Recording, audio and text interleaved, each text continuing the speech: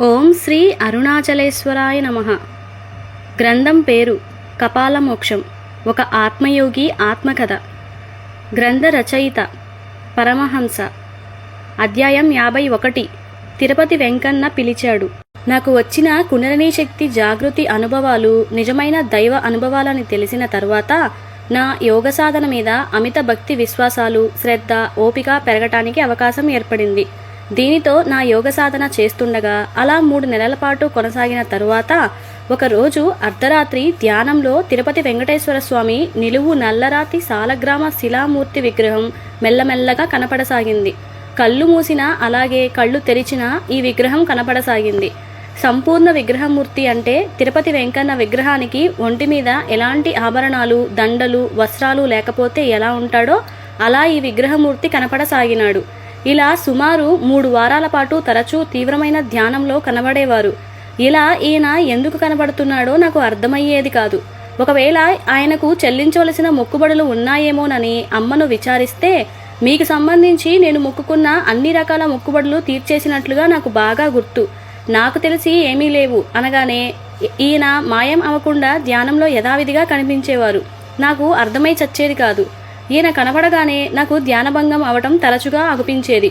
దానితో అకస్మాత్తుగా నాలో ఏదో తెలియని ఆవేశం, చికాకులు మొదలయ్యాయి. ఏమిటి విషయమని మా ఆవిడ అడిగితే దానితో అన్నీ వివరించి చెప్పగా వెంటనే ఆయన మీకు ఏమైనా సందేశం ఇవ్వాలని అనుకుంటున్నారేమో అని ఊరుకుంది. ఆయన మాట్లాడు, నాకు అర్థమవుదు, ఏం చేయాలో అర్థం కాదు. పోనీ నా జ్ఞాన గురువును అడుగుదామంటే ఆయన ఎక్కడ ఉంటారో తెలియదు. ఏం చేయాలో అర్థం కాక జుట్టు పీక్కునే పరిస్థితి. ఒక పక్క కుండలిని శక్తి జాగృతి అయినందుకు ఆనందపడాలో, లేక ఈయన ఇలా ఎందుకు కనపడుతున్నారో అర్థం కాక బాధపడాలో అర్థం కాని స్థితి. నా ఇష్టదైవాలు కూడా ఎలాంటి సహాయాలు చేయటం లేదు. ఇలా మరో 15 రోజులు గడిచిపోయాయి. ఇది ఇలా ఉండగా ఒకరోజు నాకు ధ్యానంలో ఎవరో నీడలాంటి ఆకారం ఒకటి కనిపించి, రేపు నేను మీ ఇంటికి వస్తున్నాను, నేను అడిగింది చెయ్యాలి సుమా అనే మాటలు లీలగా వినిపించాయి. వామ్మో, ఇదేంటి కొత్తగా, కనిపించేవాడు మాట్లాడడం లేదు, కనిపించినవాడు మాట్లాడుతున్నాడు. పైగా ఆయన అడిగింది ఇవ్వాలట. ఒకవేళ ప్రాణం అడిగితే ఇవ్వాలా? ఎందుకు ఇవ్వాలి? ఆయన ఎవరో ఏంటో తెలియకుండానే ఇవ్వాలా? పోనీ డబ్బులు అడిగితే నా బొంద, నా దగ్గర అంత సీన్ లేదు, నేను ఉద్యోగం చేస్తూ ఒకరి దగ్గర అడుక్కుంటున్నాను, నా దగ్గర గీరుకోవడానికి ఏముంది, ఎందుకు కంగారు, రేపు పొద్దున వస్తారు అన్నారు కదా. ఆయన ఎవరో ఏంటో తెలుసుకొని, ఆ అడిగేదేంటో తెలుసుకొని అది ఇవ్వాలా వద్దా ఆ తర్వాత ఆలోచిద్దాం అనుకుంటూ గాఢ నిద్రలోకి జారుకున్నాను. ఒక గురువారం ఉదయం ఎవరో ఇంటి ఆరుబయట నిలబడి, అయ్యా అయ్యా లోపల ఎవరైనా ఉన్నారా అంటూ పిలుస్తున్నారు. నేను బయటకు వస్తూ ఎవరది అంటూ చూడగానే ఎదురుగా వెంకన్న భక్తుల్లాగా ఆకార వేషధారణలో ఒక వ్యక్తి నిలబడి ఉండి, అయ్యా నేను మిమ్మల్ని పిలిచాను, ఇక్కడ గురువారం జాతకాలు చెప్పే స్వామి ఎవరు అంటూ నన్ను అడిగారు. దానికి నేనే అనగానే వెంటనే అతను, నన్ను క్షమించండి, నేను ఎవరో మీకు తెలియదు, మీ గురించి నాకు బాగా తెలుసు, మా కాలనీలో వారిలో ఎక్కువ మంది మీ దగ్గర జాతకాలు చెప్పించుకొని వారి సమస్యలు తొలగించుకున్నారు, ఆ విషయాల ద్వారా తెలుసుకున్నాను, కానీ మిమ్మల్ని చూసే అవకాశం ఇంతవరకు కలగలేదు. కానీ ఈ మధ్య మా ఇంటిలో విచిత్ర సమస్యలతో బాధపడుతున్నాను.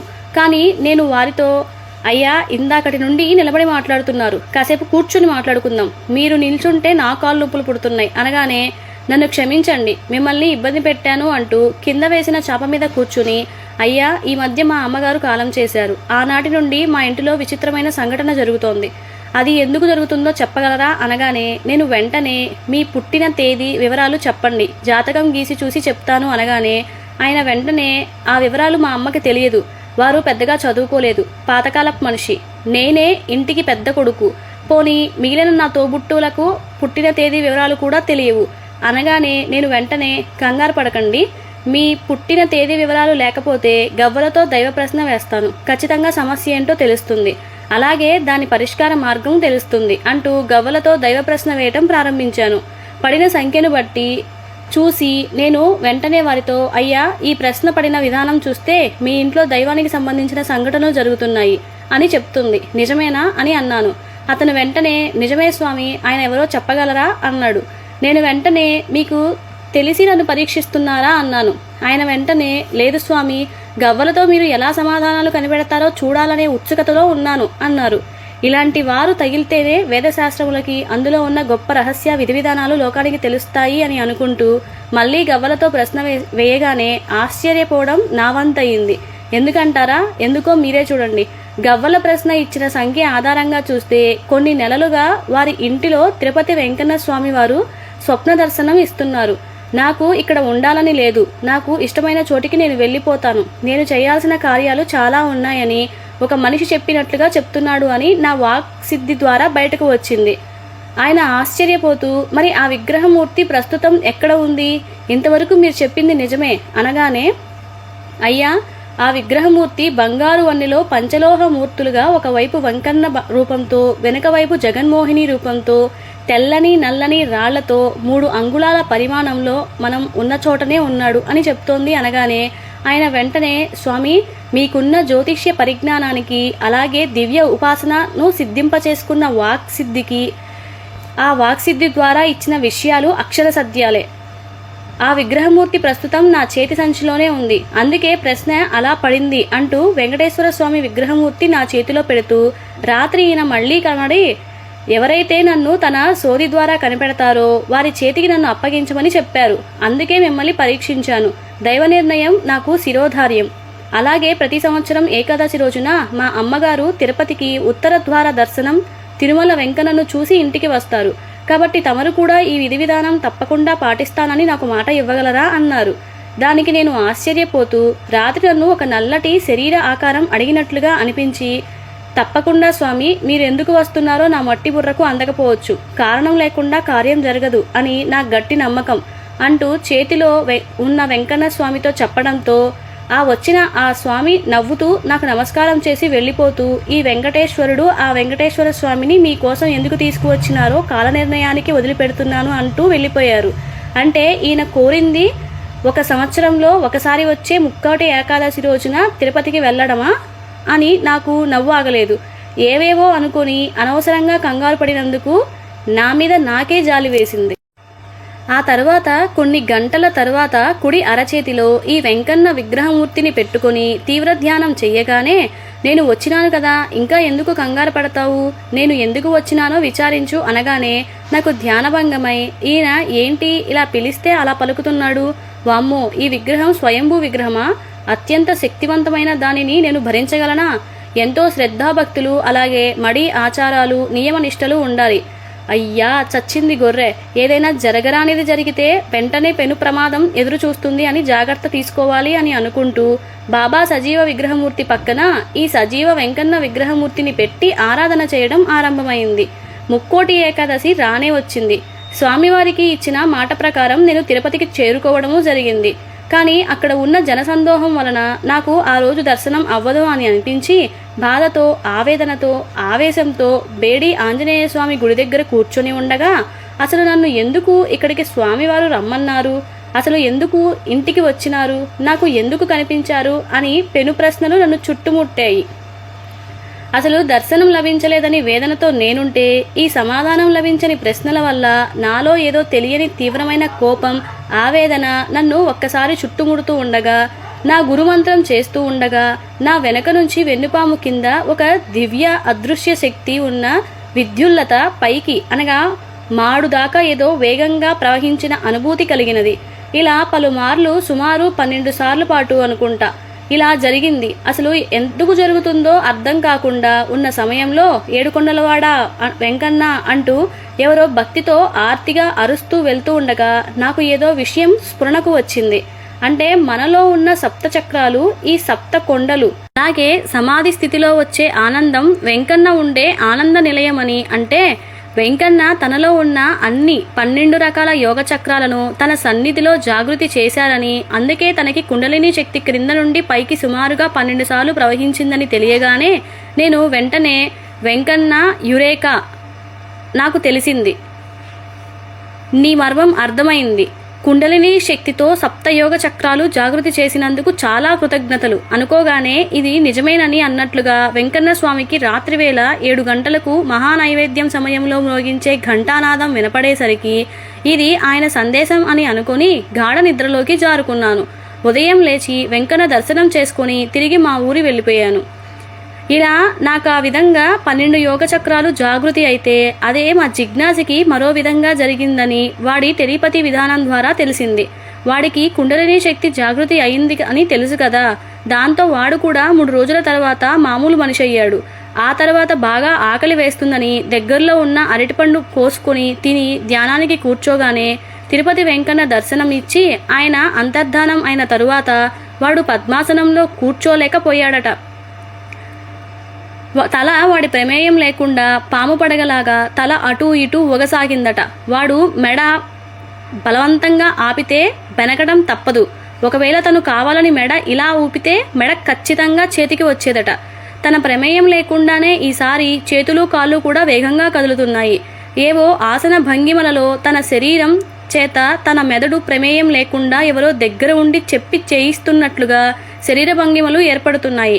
అసలు ఈ శరీర భంగిమలు ఎందుకు వస్తున్నాయో, ఈ శరీర ఆసనాలు వేటిగా పిలుస్తారో అతనికి అర్థమయ్యేసరికి శ్వాసలో మార్పు రాసాగింది. శ్వాస దీర్ఘంగా సాగుతోంది. తన ప్రమేయం లేకుండానే శ్వాస లోపలికి వెళితే ఓ పట్టాన బయటికి రావటం లేదు. ఈ లోపల తన పొట్ట ఉబ్బుతోంది.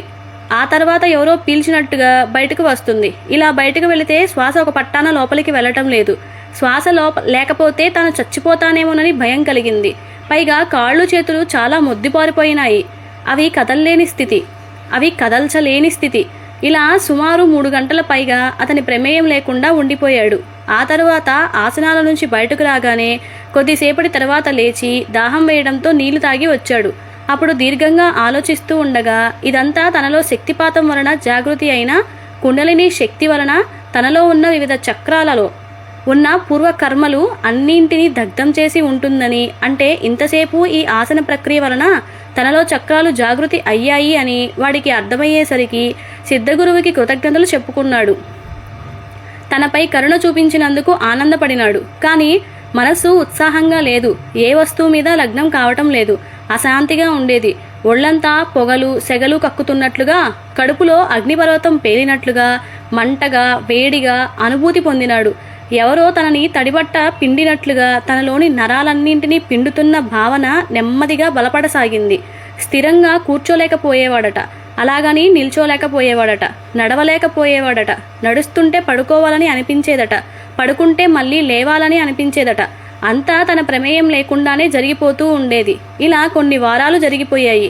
ఆ తరువాత ఈ ఆసనాలు ఏమిటని విచారించగా అవి గోముఖ, స్వస్తిక, పద్మ, వీర, సింహ, భద్ర, ముక్త, మయూర, సుఖ, సిద్ధ అనే 10 యోగాసనాలు అని స్ఫురణకు వచ్చినాయి.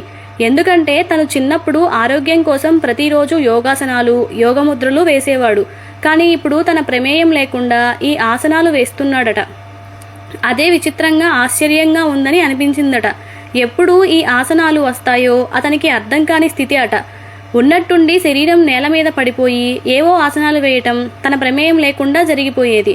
సుమారు ఇలా 3 లేదా 5 గంటల పాటు చేయాల్సి ఉంటుంది. తిరిగి మామూలు మనిషిగా రావాలంటే మళ్ళీ 3 రోజులు పట్టేది.